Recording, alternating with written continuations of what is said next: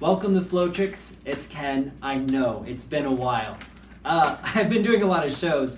Now, making videos isn't usually how I make my income or my living per se. I just love teaching people and creating a community.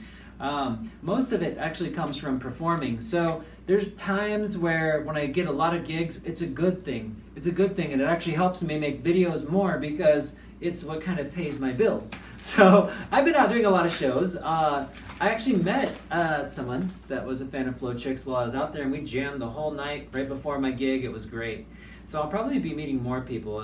Sounds like I'm going out of the country to London later this year, and we have Los Angeles and a couple other really cool places. So I got Los Angeles, and what was it? Alaska is another one. But anyways, enough about me. Let's talk about you.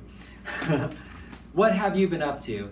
I really want to make sure you guys go to the Flow Tricks Facebook page because it's active, and we just created a new game where you can basically play horse with other people with nunchuck moves or whatever. It's for any skill level, so definitely go to Facebook, look for Official Flow Tricks Group, and you will find that we have 2,000 members, which not as much as 20,000 from YouTube, but still, there's a lot of active people there. Definitely check it out.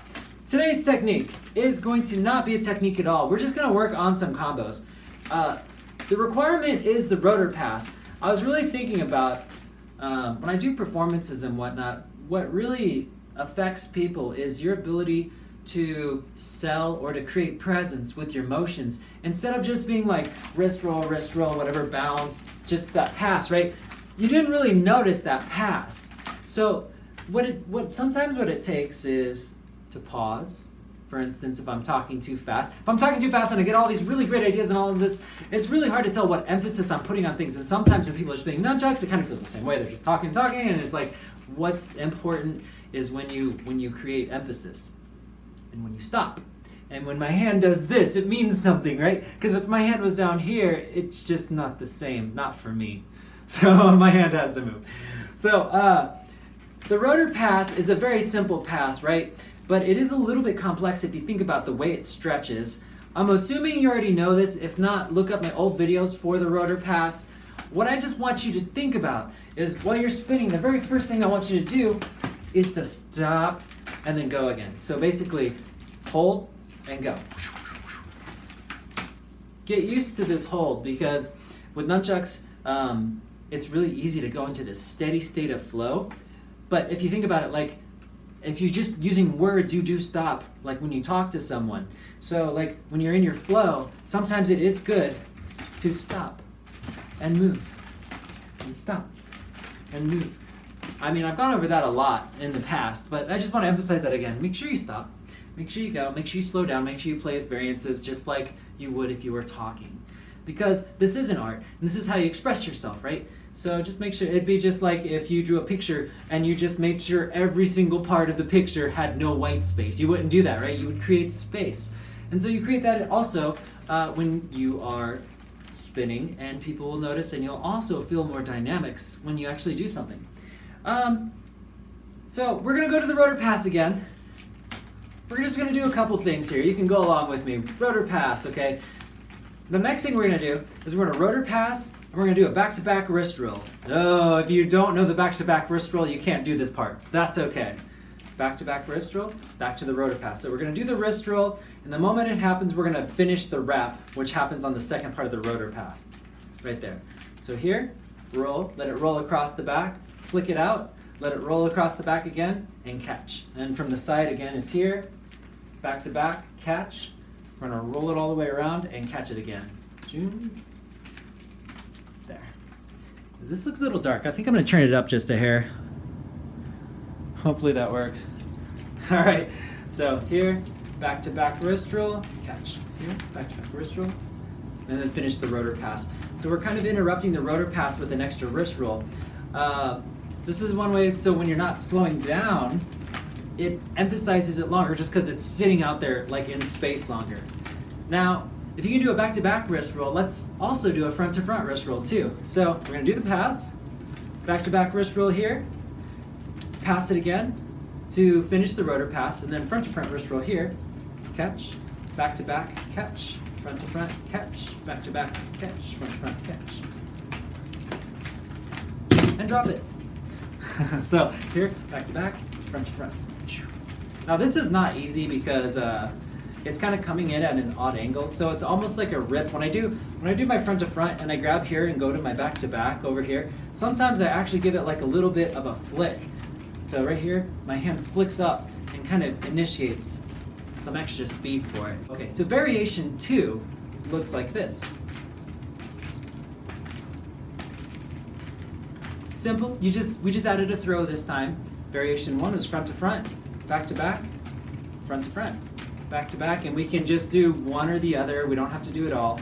Just we do one wrist roll or the other, and it kind of breaks up the rotor pass. This time we use the throw to break up a rotor pass. It's from the first pass, not the second, but the first pass.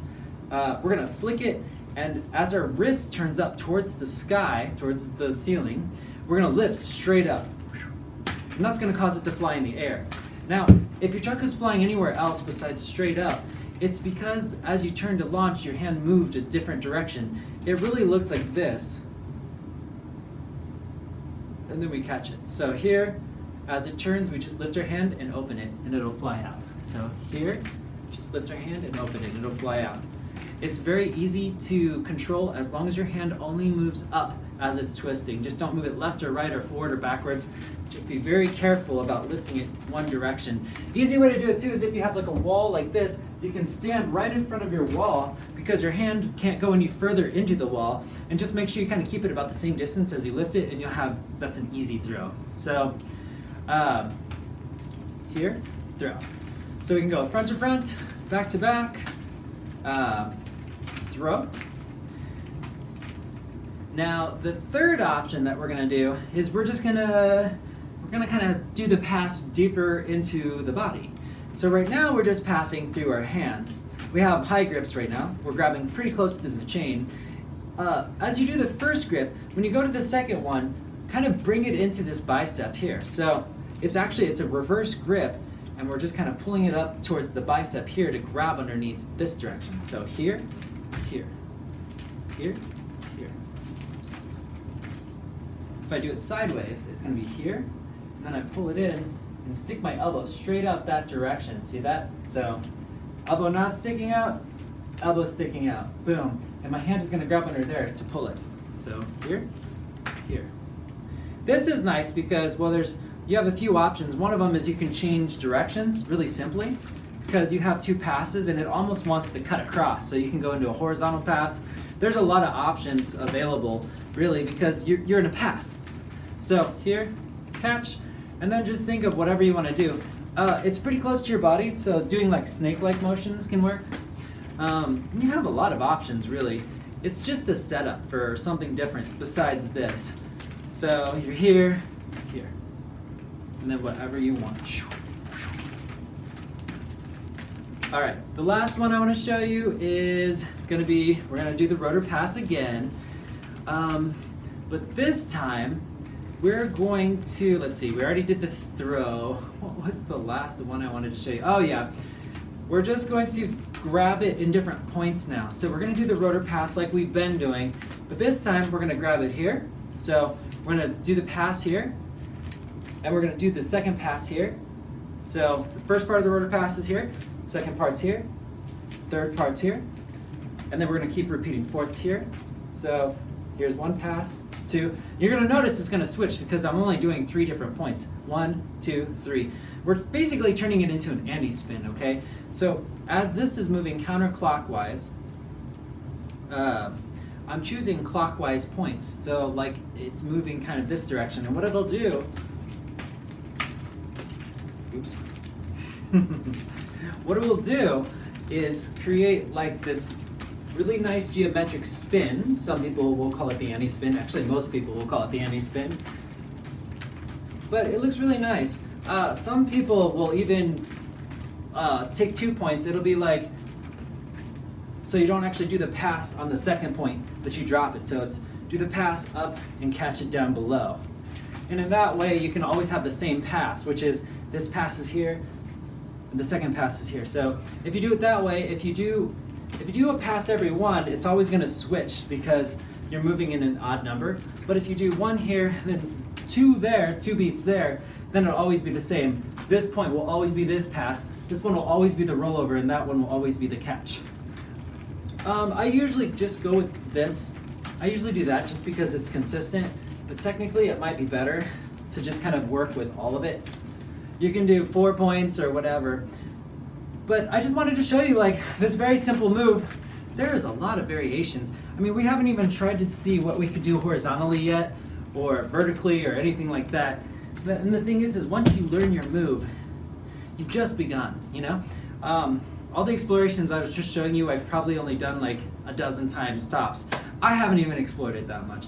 That's just because there's so much to explore. So, and really what it's gonna be is, it's when you've done it like 1,000 times that it's gonna be your move. So, just because you can do it once doesn't mean anything, okay? It's when you can do it 1,000 times and you got it so ingrained in your head that you're just rocking it out, and then it becomes this expression, and that's kind of what we want you to find. Anyways, don't forget the Facebook page. Love you guys. Sorry it's been a while, but don't worry, I will always be here. And everyone knows on Facebook it's a lot easier to get a hold of me than it is on YouTube, but keep tuning in. We got lots of great stuff coming up, and keep spinning.